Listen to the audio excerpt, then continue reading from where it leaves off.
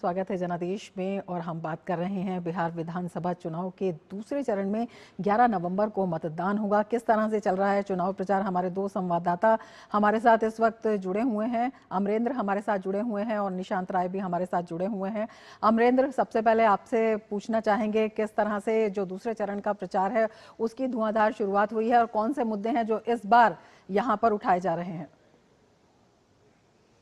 देखिए रमा, जिस तरह से पहले चरण का चुनाव संपन्न हुआ, मतदान संपन्न हुआ और एक सबसे बड़ा जो ट्रेंड पिछले अगर देखें 2010, 2015, 2020 के अगर आंकड़े देखें तो उसमें जो महिला वोटर्स है उनकी संख्या लगातार ज्यादा थी। और इस बार के 2025 के मतदान में सबसे बड़ा गौर करने वाला आंकड़ा ये था कि सुबह 7 बजे जब से मतदान प्रारंभ हुआ, महिला मतदाताओं की संख्या ज्यादा थी और वो लगातार एक बम्पर वोट में तब्दील हुआ और जाके 64 और तकरीबन 65% मतदान बिहार के फर्स्ट फेज में दर्ज किया गया। अब सेकंड फेज के मतदान के लिए लगातार चुनाव प्रचार जारी है। आज औरंगाबाद में प्रधानमंत्री नरेंद्र मोदी ने एक बड़ी चुनावी सभा को संबोधित किया, जिसमें अगर बात करें कि पूरे कैमूर मंडल के जो एनडीए के प्रत्याशी हैं वो एक मंच पर थे और प्रधानमंत्री ने वहां से यहाँ की जनता को संबोधित करते हुए कहा कि ये बदलाव की लड़ाई है और जिस तरह से बिहार बदलाव के रास्ते पर चल चुका है, जिस तरह से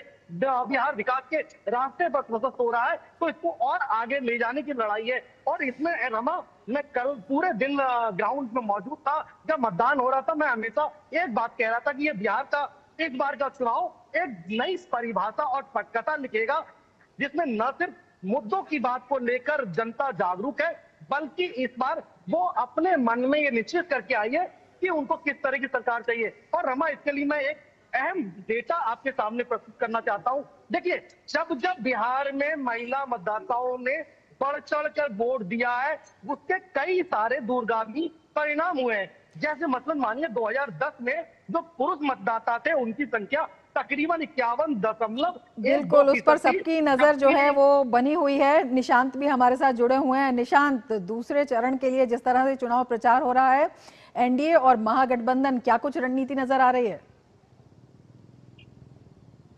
देखिए, रणनीति लगातार बिहार में वही है। महागठबंधन एनडीए को रोजगार और तमाम मुद्दों पर घेर रहा है, तो एनडीए जो है विकास बनाम जंगल राज की मुद्दे पर महागठबंधन को आईना दिखाने की कोशिश कर रहा है और जनता के बीच दोनों दलों के द्वारा लगातार ये चीजें लेकर जाई जा रही हैं। लेकिन अगर महागठबंधन को देखें तो महागठबंधन के जो मुद्दे हैं उसमें आपस में भिन्नता है।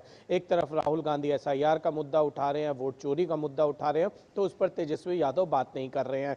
तेजस्वी यादव अपने मुद्दे, अपने घोषणा पत्र को लेकर आगे बढ़ रहे हैं, तो राहुल गांधी उनके घोषणा पत्र की चर्चा करते हुए नजर नहीं आ रहे हैं। वहीं एनडीए की बात करें तो सीधे तौर पर विकास बनाम जंगल राज की बात एनडीए का हर एक नेता कर रहा है, चाहे चिराग पासवान हो, चाहे जीतन राम मांझी हो, चाहे प्रधानमंत्री नरेंद्र मोदी हो।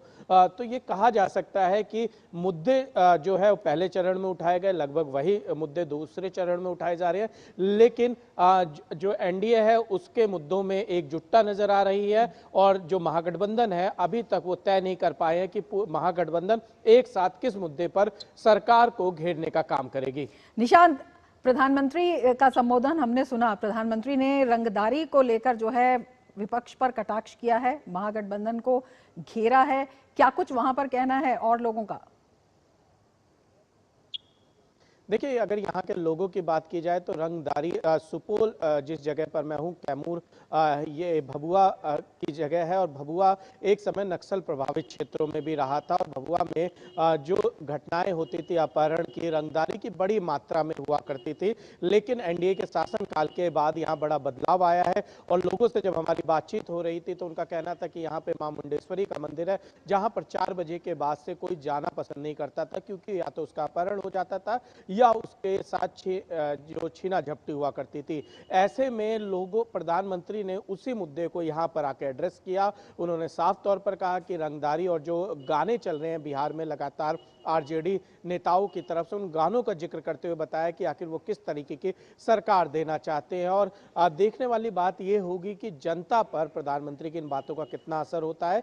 दूसरी तरफ बिल्कुल, अमरेंद्र से भी इस पर प्रतिक्रिया ले लेते हैं। अमरेंद्र, अभी जिस तरह से नहीं लगाया गया है, जिस तरह से रंगदारी को लेकर वहां पर गाने चल रहे हैं, खुलेआम इस शब्द का इस्तेमाल हो रहा है, प्रधानमंत्री ने उसी के मद्देनजर कटाक्ष किया है।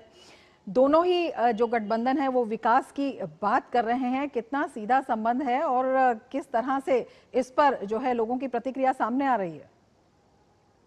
देखिए आज रमा, इसके बाद मैंने आज कुछ युवाओं से बात की, जो युवा 18 से 19 साल के युवा हैं, जिनकी संख्या, जो मतदान की संख्या है तकरीबन 14 लाख है। उनका ये कहना, जिन्होंने वो जंगल राज वाला दौर नहीं देखा था, जो अब आप 20 साल के, 18-19-20 साल के, जिन्होंने सिर्फ इस विकास को देखा था और इस बदलते हुए बिहार को देखा था, तो ये कहीं ना कहीं कौतूहल का विषय। और जिस तरह से कट्टे से उन्होंने मुख्यमंत्री घोषित करा दिया, प्रधानमंत्री बार बार कह रहे हैं इस बात को कि कांग्रेस ने कट्टा लगा के आरजेडी से उनका जो है, आरजेडी ने कट्टा लगा के कांग्रेस से मुख्यमंत्री पद का घोषित भी कर दिया। तो ये जंगल राज की परिकल्पना जो है, ये सबको पता है कि किस तरह का जंगल राज था और लोग इसके लिए जागरूक है। और प्रधानमंत्री हर रैली में एक बात और कह रहे हैं, प्रधानमंत्री कह रहे हैं कि उन युवाओं को संबोधित करते कहते हैं कि आपके माता पिता ने अपना युवा जो है भविष्य होते हैं देश का भी, किसी इलाके का भी, और उन पर खास फोकस है। बहुत शुक्रिया अमरेंद्र,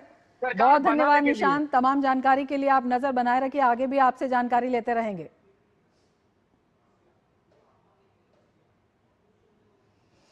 तो जो